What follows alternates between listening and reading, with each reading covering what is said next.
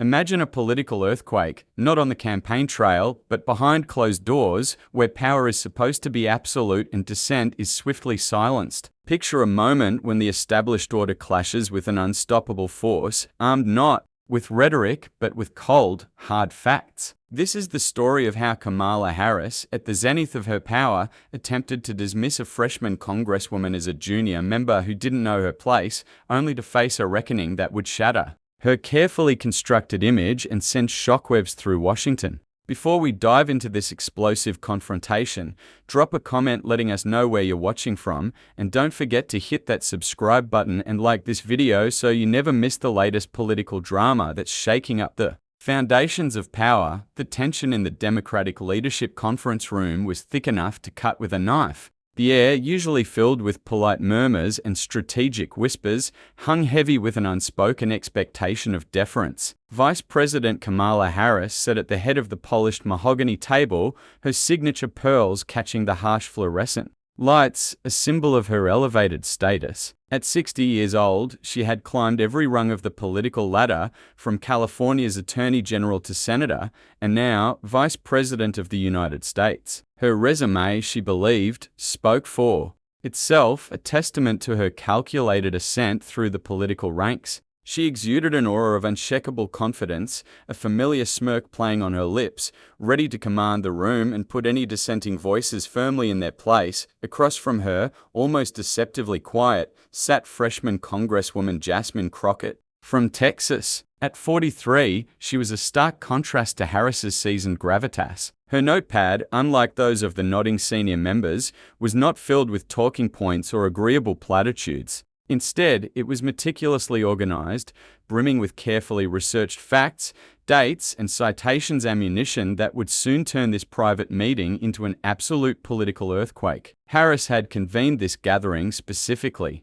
to realign priorities within the Democratic caucus, a thinly veiled effort to assert her authority and ensure messaging discipline among the party's ranks. What she didn't expect, couldn't possibly have foreseen, was that this civil rights attorney from Dallas had come prepared not just to participate, but to expose every contradiction in Harris's own political career. The other members present, Nancy Pelosi, Chuck Schumer, and even the often vocal Alexandria Ocasio-Cortez, had no idea they were about to witness one of the most brutal political takedowns in recent memory. Harris, leaning back in her chair, confident in her ability to put this junior member in her place, was utterly oblivious to the storm brewing. But Jasmine Crockett had done her homework. She was about to teach the former prosecutor a lesson about underestimating your opponents, a lesson that would resonate far beyond the confines of that room, forever altering the political landscape and the very definition of accountability in Washington. The stage was set for a clash of generations, of principles and of power, with one side holding all the perceived advantages,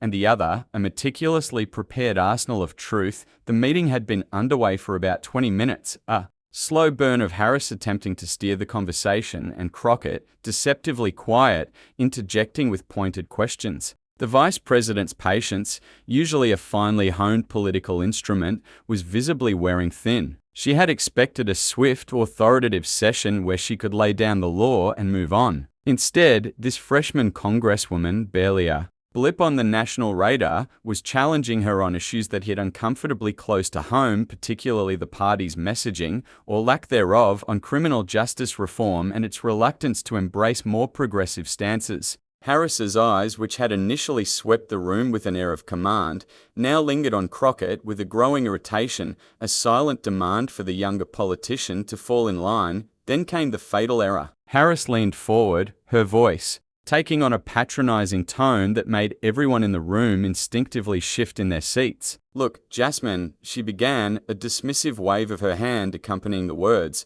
"I appreciate your enthusiasm, but you're still learning how things work here. Maybe you should focus on your local district issues and let the senior members handle the broader strategy." A collective intake of breath seemed to ripple through the room. AOC, known for her own fiery independence, raised an eyebrow, a silent acknowledgement of the condescension. Even Nancy Pelosi, a master of political poker, looked genuinely surprised at the bluntness of the dismissal. But Harris wasn't finished. Leaning further, with that familiar prosecutor's stare, she delivered the final, devastating blow. "You're junior here. I've been fighting these battles since before you were even thinking about politics. Maybe listen more and talk less until you understand how the game is really played." The room went utterly silent, the unspoken tension now a palpable force. No one expected what happened next. Jasmine Crockett didn't explode. She didn't raise her voice, storm out, or even flinch. Instead, she did something far more dangerous.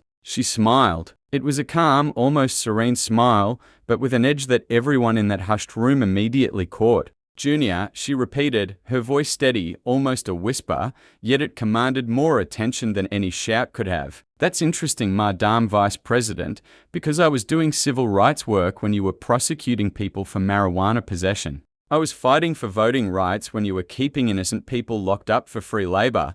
The temperature in the room seemed to drop 10 degrees. Harris's confident expression faltered, just for a fleeting moment, before she attempted a swift recovery. "I think you're mischaracterizing my record," Harris said quickly, her voice a little too high, a little too defensive. "I've always been a champion of civil rights and criminal justice reform." But Crockett was already opening her notepad, revealing pages filled with detailed notes, dates, and citations. She had come prepared for war, and the first shot had just been fired. "Let's talk about your record, since you brought up experience," Crockett said, her voice now calm, but with the chilling precision of a surgeon making an incision. "Between 2011 and 2016, when you were California's Attorney General, your office prosecuted over 1,500 people for marijuana possession. People went to prison while you were climbing the political ladder." Harris tried to interrupt, but Crockett continued, unyielding, without missing a beat. The foundation of Harris's carefully curated image had just begun to crack.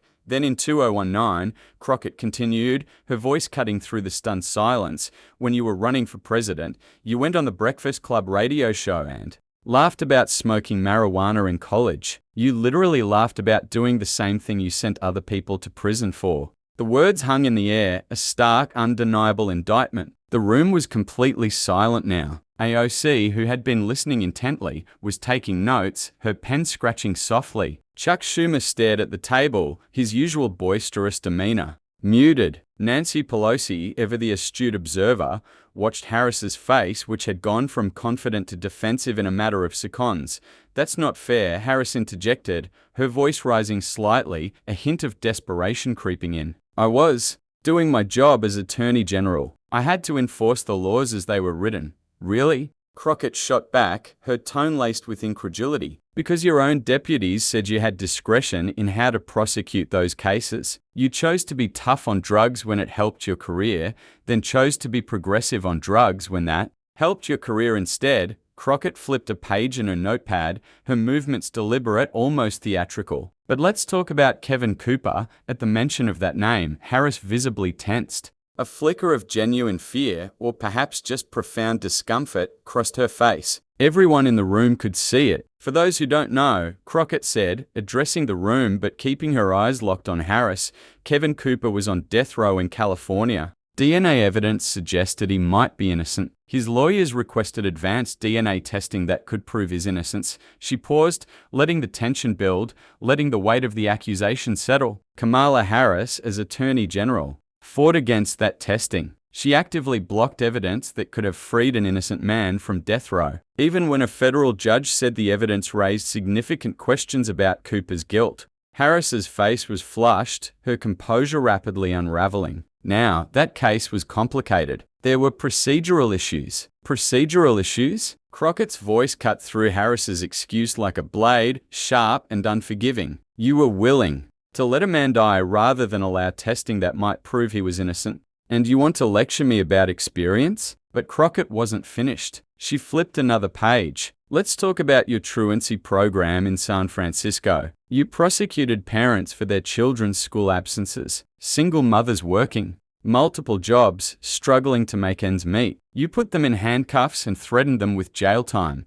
The room was getting more uncomfortable by the minute. Several members were shifting in their seats, realizing they were witnessing something unprecedented, a public execution of a political career. "You literally said you were proud of putting parents in jail. You bragged about it." Then later, when you were running for higher office, you claimed it was about supporting families. Which version is the real Kamala Harris? Harris tried to stand up, as if her physical presence could intimidate Crockett into stopping. I think we should move on to other business. Sit down, Crockett said firmly, her voice unwavering. You called me junior, you said I should listen more and talk less, but I'm not finished teaching you about your own record. Crockett's voice was gaining momentum now, like a prosecutor delivering a devastating closing argument, which was exactly what she was doing. This is the pattern, isn't it? When you were Attorney General, you were tough on crime because that's what got you elected. When you ran for Senate, you became a progressive because that's what got you elected. When you ran for president, you claimed to be even more progressive because that's what you thought would get you elected.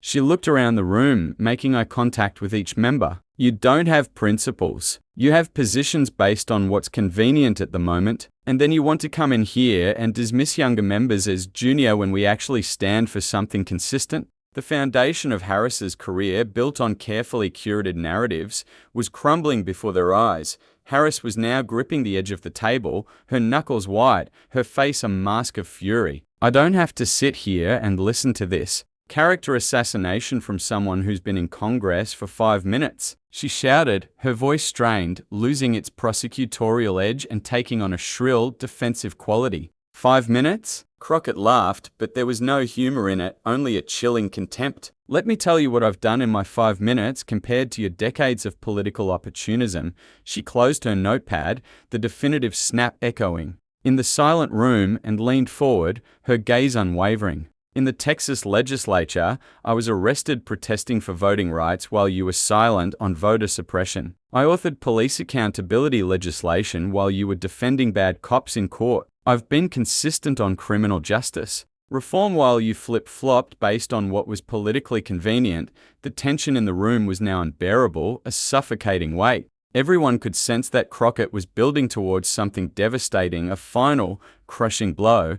But you want to know the real difference between us? Crockett said, her voice dropping to almost a whisper, a stark contrast to Harris's recent outburst, yet it commanded more attention than shouting ever could have. The real difference, Crockett continued, her voice now steady and determined, is that I didn't climb over the bodies of the people I was supposed to represent to get where I am. She opened her notepad one final time to a page clearly marked and highlighted. Let's talk about Daniel Larson. In 1999, he was convicted of a crime he didn't commit. By 2010, DNA evidence and witness retractions proved his innocence. The California Innocence Project was fighting to get him freed. Harris's face had gone pale. She knew exactly where this was heading. Your office, Madame Vice President, fought to keep an innocent man in prison, not because you thought he was guilty, the evidence clearly showed he wasn't, but because your lawyers argued that his petition was filed too late. The room was completely silent,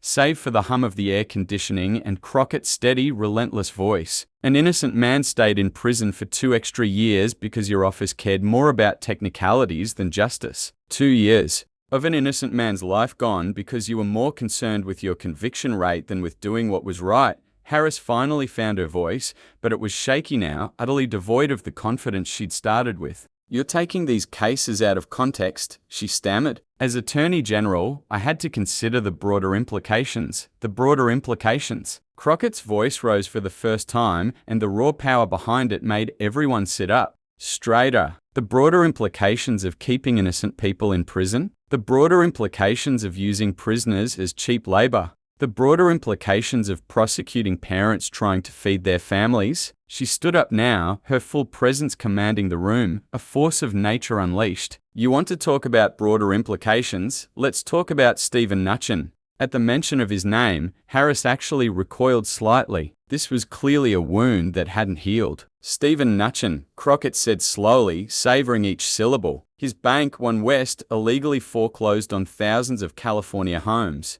Your own team recommended prosecuting him. They had evidence of over 1,000 violations of foreclosure laws. She paused, letting the weight of that number sink in. Thousands of violations. Families thrown out of their homes illegally. And what did you do? Another pause, pregnant with accusation. Nothing. You declined to prosecute. And then, conveniently, Mnuchin donated to your Senate campaign. Coincidence? Harris was now visibly shaking with anger, her control completely gone. That's a conspiracy theory. The evidence wasn't strong enough. Your own prosecutors disagreed, Crockett shot back, her voice firm. They said the evidence was overwhelming, but Nutchin was too powerful, wasn't he? Too connected? Too useful for your political future. The other members in the room were now staring at Harris with expressions ranging from shock to disgust. AOC was shaking her head slowly. Even Pelosi, who had been Harris's ally, was looking profoundly uncomfortable. Chuck Schumer tried to intervene. Maybe we should take a break. No, Crockett said firmly.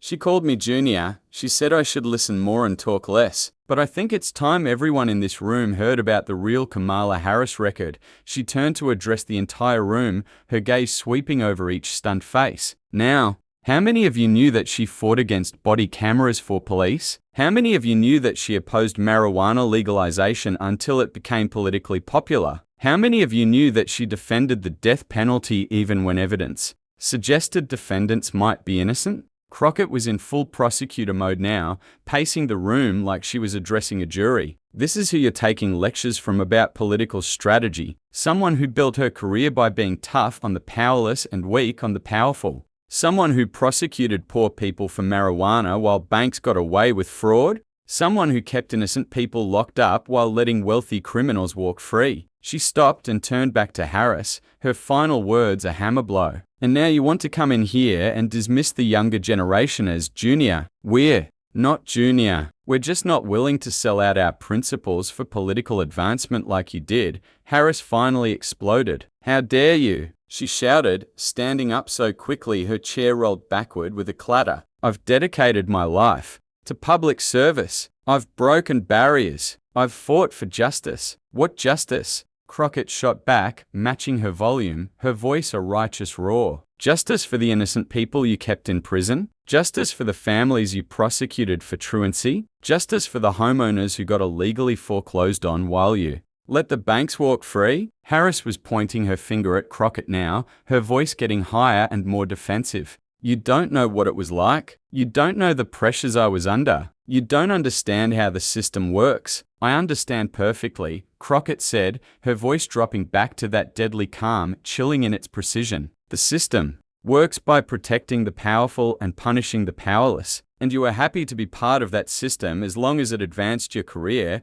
Crockett walked back to her seat and picked up one final document from her notepad. But you want to know the most damning thing about your record? She said, it's not just that you did all these things. It's that you've spent years lying about them. She held up the document. This is from your 2020 presidential campaign website. You claimed to be a progressive prosecutor. You said you'd always fought for criminal justice reform. You said you'd always stood with the powerless against the powerful. She set the document down on the table with a soft thud. Every single word of that was a lie, and everyone in this room now knows it. Harris was speechless. For the first time in her political career, she had no comeback, no deflection, no way to spin her way out of the corner she'd been painted into. The silence stretched for what felt like an eternity. Finally, AOC spoke up, her voice quiet but firm. Maybe, she said, we should reconsider who's really qualified to be giving lectures about political strategy. Several other members nodded in agreement. The dynamic in the room had completely shifted. Harris, who had entered as the undisputed authority figure,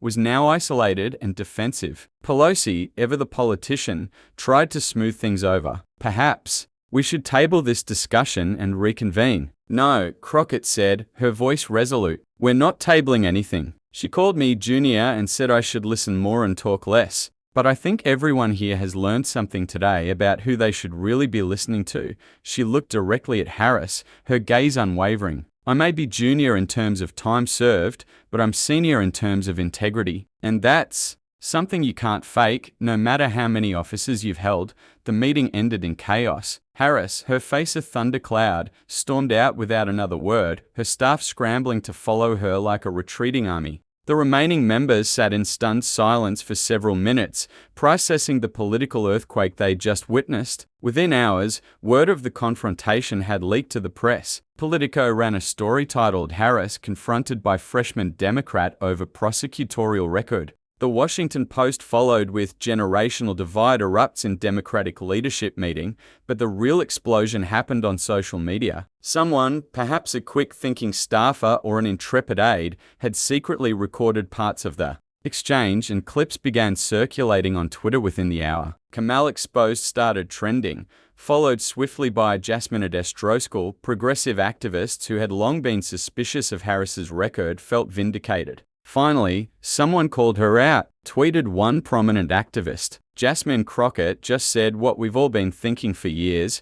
Conservative commentators, meanwhile, seized on the story as evidence of Democratic Party chaos. Fox News ran the story as their lead for 3 consecutive days, with the chilling chyron, Democrats eat their own. Harris's team went into full crisis mode. They released a statement saying the vice president's comments had been taken out of context and that she had great respect for Congresswoman Crockett and all the party's newer members, but the damage was done. When Harris tried to schedule interviews to control the narrative, reporters kept asking about the specific cases Crockett had mentioned. When she appeared on CNN, Anderson Cooper pressed her about the Kevin Cooper case. When she went on MSNBC, Rachel Maddow asked about the Nutchin decision. Harris's answers were weak and defensive. She fell back on talking points about the complexity of the Attorney General role and working within the system to create change, but each interview only made things worse, reminding viewers of the contradictions Crockett had so brutally exposed.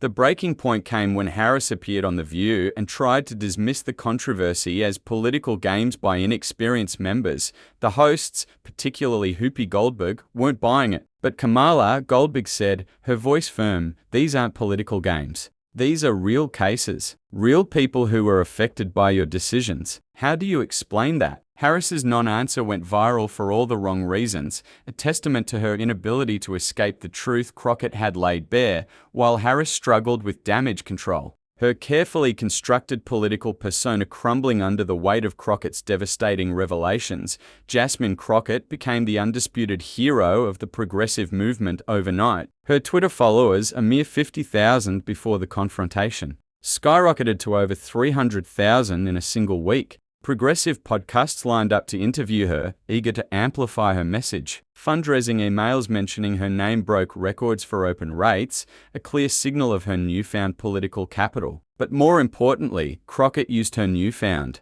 platform responsibly. Instead of attacking Harris personally, she focused on the profound policy implications of their confrontation. This isn't about Kamala Harris as a person, she declared on a popular podcast, her voice calm but resolute. This is about the kind of leadership our party needs going forward. Do we want leaders who change their positions based on political convenience, or do we want leaders who have consistent principles? She appeared on CNN, calmly walking through Harris's record point by point, always tying it back to broader questions about criminal justice reform and fundamental Democratic Party values. The question isn't whether Kamala Harris is a good person, she told Jake Tapper. The question is whether her record reflects the values that Democrats claim to believe in. And I think the evidence speaks for itself. The confrontation exposed deep fault lines within the Democratic Party that had been simmering for years. Establishment figures like Chuck Schumer and Nancy Pelosi tried to stay neutral,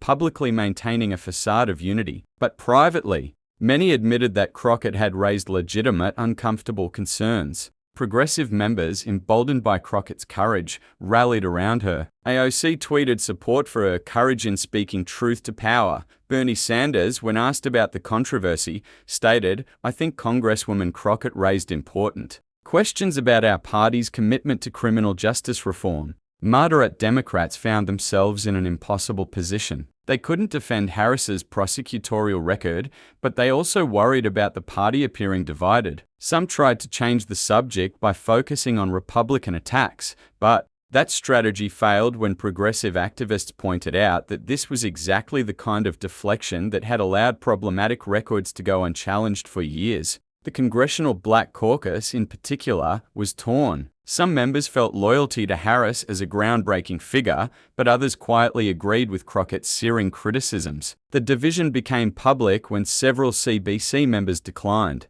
to sign a statement defending Harris, a clear sign of the internal turmoil. Perhaps the most significant long-term impact was how the confrontation forced a media reckoning with Harris's record. For years, many outlets had largely ignored or glossed over the controversial aspects of her prosecutorial career, focusing instead on her groundbreaking status as a black woman in high office. But Crockett's detailed, fact-based presentation made it impossible to ignore the contradictions anymore. Investigative reporters began diving deeper into the cases she'd mentioned. The New York Times ran a lengthy piece examining Harris's decision not to prosecute Nutchen. The Washington Post did a comprehensive review of her handling of police misconduct cases. Cable news shows that had previously given Harris softball interviews now felt obligated to ask harder questions. The shift was particularly noticeable on networks like MSNBC, where hosts who had been Harris allies now pressed her on specific policy decisions. Jasmine Crockett did what political journalists should have been doing for years, wrote one media critic. She held a powerful politician accountable for their actual record, not just their political image. 6 months after the confrontation, the political landscape had shifted dramatically. Harris's influence within the Democratic Party had diminished significantly. When she tried to play a leadership role in crafting criminal justice legislation, progressive members openly questioned her credibility on the issue. Her 2028 presidential ambitions, which had been considered a given, were now seriously in doubt. Polling showed that Democratic primary voters had serious concerns about her prosecutorial record, concerns that Crockett's presentation had brought into sharp, undeniable focus. Meanwhile, Crockett had established herself as one of the most influential voices in the progressive movement. She was invited to speak at major conferences, recruited for high-profile committees, and courted by activists across the country. More importantly, she had changed the conversation within the Democratic Party about accountability and consistency. The Crockett Standard became shorthand for demanding that politicians' actions match their rhetoric, regardless of their seniority or status. The confrontation had implications far beyond internal Democratic Party politics. It demonstrated the power of younger politicians who came to office with different expectations about transparency and accountability. Unlike previous generations, who might have deferred to seniority, politicians like Crockett were willing to challenge anyone, regardless of their position or achievements. This represented a fundamental shift in how political power operated. The incident also highlighted the critical importance of having detailed knowledge of opponents' records. Crockett's presentation was devastating precisely because it was so thoroughly researched and specific. She didn't rely on general criticisms or talking points. She had dates, names, and specific cases that couldn't be dismissed or explained away. For anyone involved in political advocacy or debate, the Crockett-Harris confrontation offered several crucial lessons that can be applied in any high-stakes political situation. Preparation is everything. Crockett didn't win because she was smarter or more charismatic than Harris. She won because she had done her homework and knew Harris's record better than Harris's own staff did. When it comes to political debates, specifics always beat generalities, which became clear when Harris tried to respond with vague talking points about complexity and working within the system, while Crockett countered with specific names, dates, and cases that couldn't be disputed. Consistency matters more than anything else in politics. Harris's biggest vulnerability wasn't any single decision she'd made as a prosecutor, but rather the pattern of changing positions based on political convenience, while Crockett's unwavering consistency on civil rights issues gave her a moral authority that Harris simply couldn't match. One of the most important lessons is to never let titles intimidate you, as Harris tried to use her position and experience to silence Crockett, but Crockett refused to be intimidated because she recognized that titles don't protect anyone from having to defend their record when confronted with facts. Finally, whoever controls the narrative wins the debate. After the confrontation, Crockett consistently brought the conversation back to principles and values, while Harris got stuck defending specific decisions, proving that the person who controls the frame of the debate usually emerges victorious. The Crockett-Harris clash became a cultural moment that transcended politics. It was shared across social media platforms, discussed in college classrooms, and analyzed in think tanks. It represented something that many Americans, regardless of political affiliation, could appreciate: someone with less power holding someone with more power accountable for their actions. The confrontation also highlighted generational changes in American politics. Younger politicians like Crockett came to office with different expectations about transparency and consistency. They were less willing to accept explanations based on how things work and more demanding of alignment between values and actions. As this political drama continues to unfold, several questions remain unanswered. Will Harris be able to rehabilitate her image, or has the damage to her reputation become permanent? Will Crockett be able to translate her newfound influence into concrete policy achievements? How will this confrontation affect the broader conversation about accountability within the Democratic Party? What's clear is that the political landscape has shifted. The old rules about deference to seniority and party unity have been challenged. Young politicians have been empowered to speak truth to power, regardless of the consequences. The Kamala Harris-Jasmine Crockett confrontation will be remembered as a turning point, not just for these two politicians, but for how political accountability works in America. It proved that no one, regardless of their position or achievements, is immune from having to answer for their record. In a time when many Americans feel disconnected from their political leaders, Crockett's willingness to challenge Harris directly with facts and specifics offered a model for how democracy is supposed to work. Politicians should have to defend their decisions, explain their contradictions, and be held accountable by their colleagues and constituents. The real winner in this confrontation wasn't Crockett or Harris. It was the principle that in a democracy, no one is above being challenged, questioned, or held accountable for their actions. This explosive confrontation shows us that political accountability is possible when people are willing to do the research and speak truth to power. The established political order can be challenged when someone comes prepared with facts, receipts, and the courage to use them. If you want to see more politicians held accountable for their records, make sure to like this video and subscribe to our channel. We're committed to bringing you the political drama and behind-the-scenes confrontations that mainstream media often ignores. Hit that notification bell so you never miss the latest political earthquakes shaking up Washington. What do you think about Jasmine Crockett's takedown of Kamala Harris? Drop your thoughts in the comments below and let us know which politician you think needs to be fact-checked next. Remember, in politics, receipts are everything.